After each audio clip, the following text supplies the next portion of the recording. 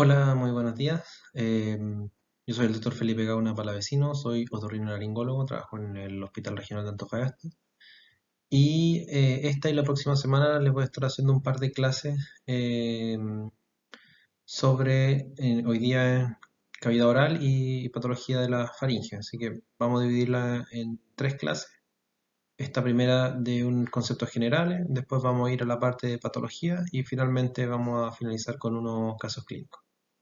Me gustaría que esto hubiera sido de forma presencial o al menos sincrónico, pero por distintas cosas de horario eso no me lo permite. De todas formas, les voy a dejar acceso a las presentaciones para que las puedan revisar las veces que necesiten. Y en cuanto a las dudas, si van surgiendo en esta clase, las pueden escribirme sus dudas a mi correo que está puesto ahí en la diapositiva.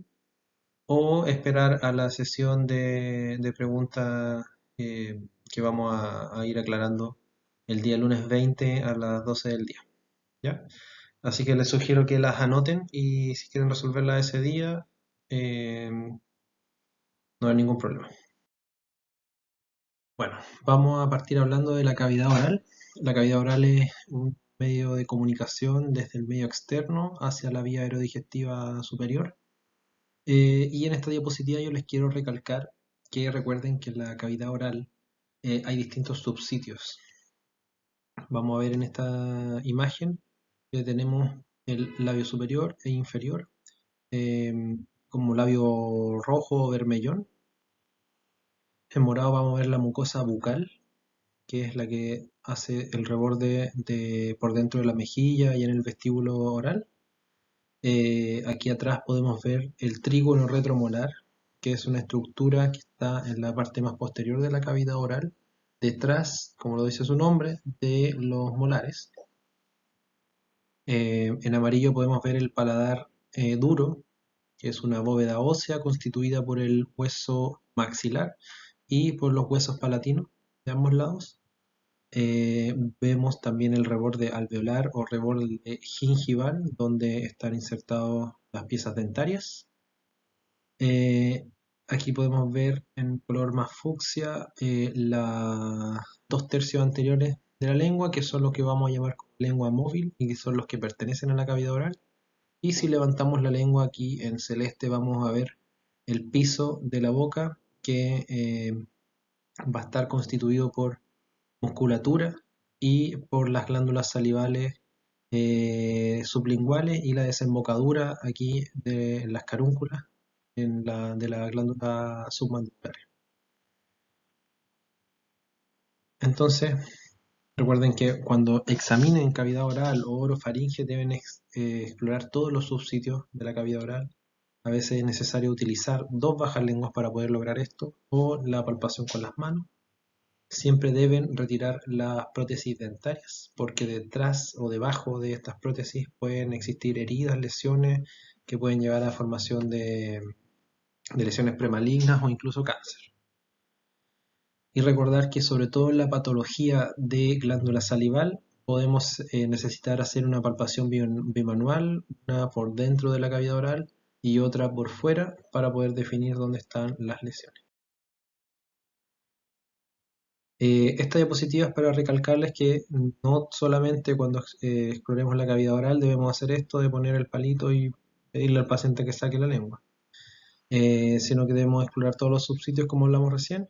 Y si queremos evaluar la orofaringe, debemos pedirle al paciente que mantenga su lengua adentro, porque si nosotros le pedimos que saque la lengua, la orofaringe sube, o sea, perdón, la base de la lengua sube y también nos aproxima el tercio posterior de la lengua, que es donde se gatilla el reflejo nauseoso. Entonces, vamos a hacer un examen que sea más molesto para el paciente y que no vamos a tener una visualización adecuada. Y tenemos que pedirle al paciente que movilice la lengua para evaluar obviamente su motilidad que esté conservado en la parte nerviosa y además para poder explorar el piso de la boca y a veces, como les decía, es necesario palpar las estructuras intraorales. Vamos a destacar solamente algunos de estos subsitios de la cavidad oral. Vamos a hablar primero de la lengua. La lengua tiene funciones del gusto fonatorias al articular la palabra. y deglutorias al movilizar el bolo alimenticio hacia posterior. Aquí en esta imagen vemos los 2/3 anteriores de la lengua, que vamos a hablar como lengua móvil, pertenecen a la cavidad oral. El tercio posterior o base de la lengua o raíz de la lengua va a corresponder a la orofaringe. Eh, la lengua está llena de papilas gustativas que se dividen en 4. Tenemos las papilas fungiformes, que son estos pequeños puntos que van a estar distribuidos en toda la cavidad oral. Pequeños puntos blancos a veces, o a veces se pueden ver un poco más rojos. Las papilas filiformes, que están distribuidas en toda la cavidad oral, son un poco más pequeñas. Las papilas foliadas, que van a estar en el borde lateral de la lengua, tienen esta distribución un poco más vertical. Son normales, no confundir con patología. Y en la porción posterior vamos a tener la B lingual, formada por las papilas circunvaladas, que nos van a dividir en lengua móvil y base de la lengua. La lengua está constituida principalmente por musculatura, que está inervada principalmente, casi en su totalidad, por el nervio hipogloso, y es la que va a permitir la movilidad de esta, que nos va a ayudar en la articulación de la palabra, como también en la movilización del bolo faríngeo, o sea, perdón, el bolo ticio, y propulsarlo hacia posterior cuando estemos haciendo una deglución. La lengua tiene una inervación bastante particular. Vamos a tener una división entre la parte sensorial del gusto y la parte somática o táctil y sensibilidad termoalgésica. La parte del gusto va a estar dando en la lengua móvil por el nervio cuerda del tímpano, que es rama del nervio facial. Y en el tercio posterior y en la comunicación donde está con la epiglotis, va a estar dado por plexos nerviosos, principalmente por el nervio glosofaringeo, pero también con contribución del vago. En la parte somática, esto va a estar dado la sensibilidad por el nervio lingual en los 2/3 anteriores de la lengua, que este es la parte de la tercera rama del nervio trigémino, y en la porción posterior nuevamente va a estar dado por el glosofaringeo y el vago. El labio va a tener función en la expresión facial, obviamente, algo que usamos todos los días en cada vez que nos comunicamos. También va a tener un rol importante en la fonación, al lograr articular la palabra, permitiendo la apertura o cierre en particular para cada una de las palabras. En la masticación permiten un cierre hermético cuando nosotros estamos masticando, y así evita que el bolo alimenticio salga de la cavidad oral. Y sensitivo, dado que tiene muchos receptores de sensibilidad en todo su espesor. En esta foto podemos ver que existe lo que yo les decía, que es el labio rojo o vermellón. Lo que está alrededor va a ser lo que nosotros llamamos el labio blanco. Van a estar también aquí las crestas filtrales y el filtrum. Esto en general está dentro de la línea media en conjunto con el arco de Cupido. Y importante también las comisuras labiales, que pueden ser asiento de algunas patologías. La faringe es un órgano músculo membranoso tubular de aproximadamente unos 12 a 14 centímetros, que nace desde la base del cráneo hasta el esófago hacia inferior. Es un tubo que por detrás está cerrado y hacia anterior está abierto en distintas cavidades. En la parte más superior o rinofaringe va a estar comunicado con las fosas nasales, en la orofaringe con la cavidad oral y en la hipofaringe con la laringe. Esto va a ser parte del tracto aerodigestivo superior, es decir, va a albergar tanto una porción, o sea, va a albergar tanto la vía respiratoria como digestiva. Entonces vamos a dividirla en tres, como les mencioné previamente. Tenemos una nasofaringe que tiene como límite superior la base del cráneo y como límite inferior el paladar blando. La orofaringe nace desde el paladar blando hasta una línea perpendicular eh, imaginaria que pasa a nivel del hueso hyoides, y la hipofaringe pasa hasta más o menos la altura de C6 y una línea que pasa a nivel del cricoides. La nasofaringe, como dijimos, es la comunicación con la fosa nasal, y esto lo da el reborde coanal en la coana. Vemos aquí en esta imagen también el tejido adenoideo, que es tejido linfático importante, que lo vamos a ver con más detalle en la próxima clase, que se encuentra en la pared posterior de la rinofaringe. Podemos ver aquí también la desembocadura de la tuba auditiva o trompa de Eustaquio, rodeada del rodete tubario, que también es tejido linfático. Y más atrás, y menos importante para ustedes, pero se los menciono porque a veces puede ser un lugar donde aparece patología maligna, está la fosa de Rosenmüller o receso faríngeo. ¿Ya? La orofaringe se limita con la cavidad oral por los pilares anteriores amigdalinos o músculos palatoglosos, el límite entre paladar blando y paladar duro, y la bilingual o las papilas circunvaladas. Esos son los límites entre cavidad oral y orofaringe. Para poder explorar la orofaringe vamos a necesitar una adecuada iluminación, idealmente una luz frontal. Recuerden que hay que pedirle al paciente que no saque la lengua para evitar que no ascienda la base de la lengua, que no nos dificulte la visualización, también para evitar gadillar un reflejo nauseoso en nuestro paciente. Aquí podemos ver los distintos subsitios de la orofaringe.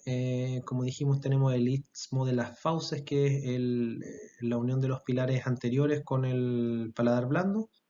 Ese es nuestro límite con cavidad oral. Van a estar también los músculos palatofaringio o pilar posterior amigdalino.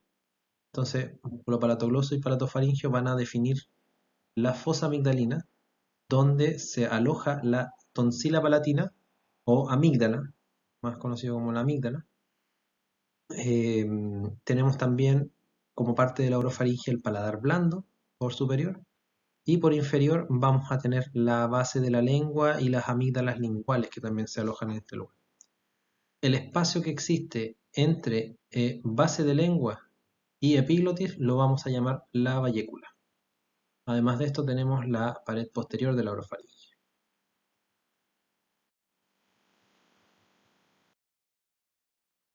Este es un corte coronal mirado desde posterior, donde este tubo o músculo membranoso que es la faringe se encuentra abierto, y podemos ver cómo nace desde la base del cráneo y llega hasta la unión con el esófago.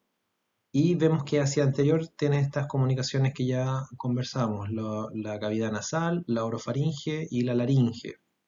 En la hipofaringe podemos ver tres subsitios. Unos son estos espacios o recesos que tenemos en la porción lateral, que tienen, como pueden ver en su forma, una forma de pera, y de ahí su nombre, que son los senos piriformes.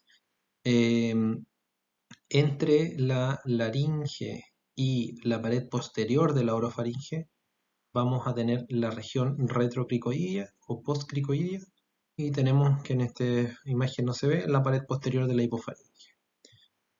Los senos piriformes son lugar donde se puede acumular comida y dirige el alimento hacia el esófago, y pueden ser un sitio donde existe patología maligna, y por su característica de ser un receso y tener espacio, habitualmente se presentan en fase avanzada cuando empiezan a presentar síntomas.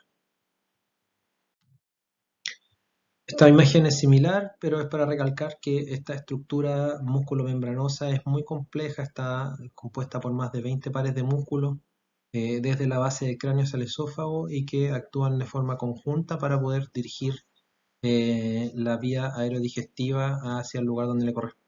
Pueden hacer una peristalsis de contracción para poder dirigir esto hacia el lugar hacia el esófago principalmente.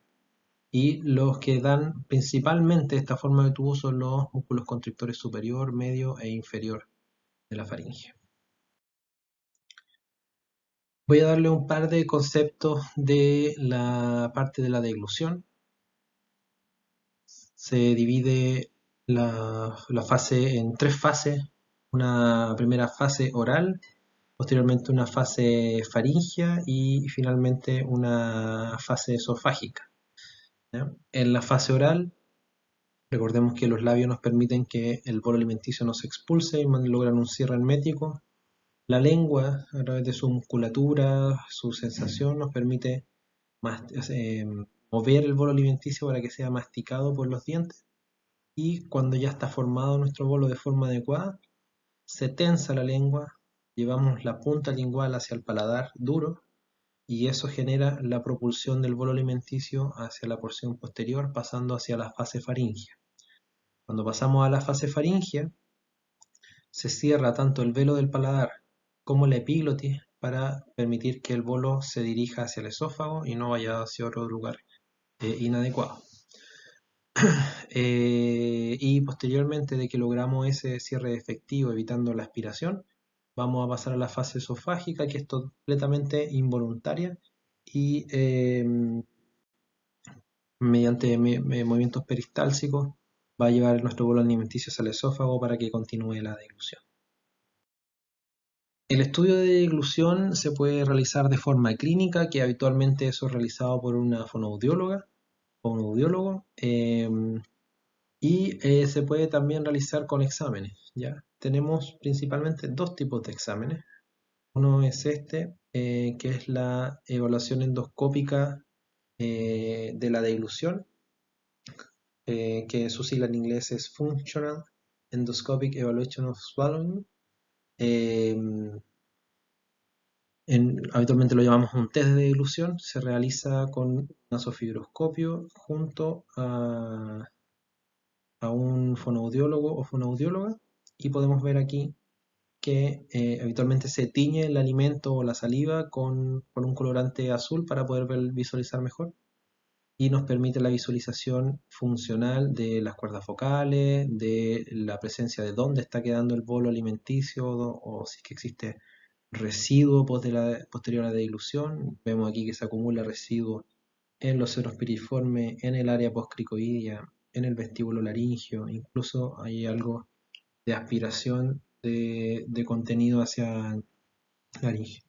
Podemos ver también aquí que está insertada la sonda nasogástrica, etc. Es un estudio que nos entrega bastante información anatómica y funcional y que permite probar distintas consistencias teñidas para poder ver cuál es la deglución del paciente, ¿ya?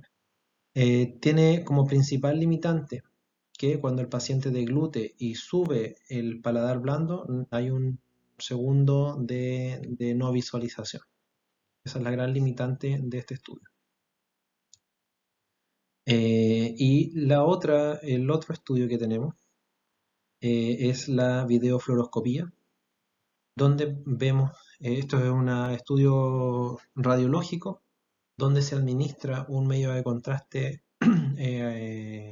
al paciente para que lo degluta como un bolo alimenticio, y esto permite visualizar en su totalidad tanto fase oral, faríngea y esofágica, y podríamos nosotros visualizar si es que existe aspiración de contenido, en este caso no, ¿ya?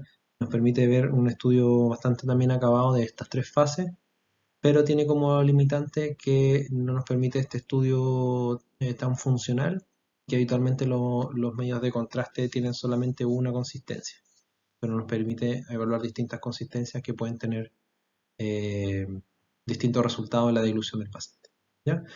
Se los menciono para que los conozcan. Un paciente que requiere un estudio de dilución muchas veces puede requerir uno o el otro examen o ambos, y van a existir limitancias en sus centros sobre la presencia de uno o el otro. Eso, espero que les haya servido la presentación. Vamos a continuar con una clase de patología de la benigna de la faringe y SAOS. Si es que existen dudas, escríbanme las dudas en este correo, anótenlas o las podemos aclarar el día lunes 20 a las 12 en la sesión de resolución de dudas.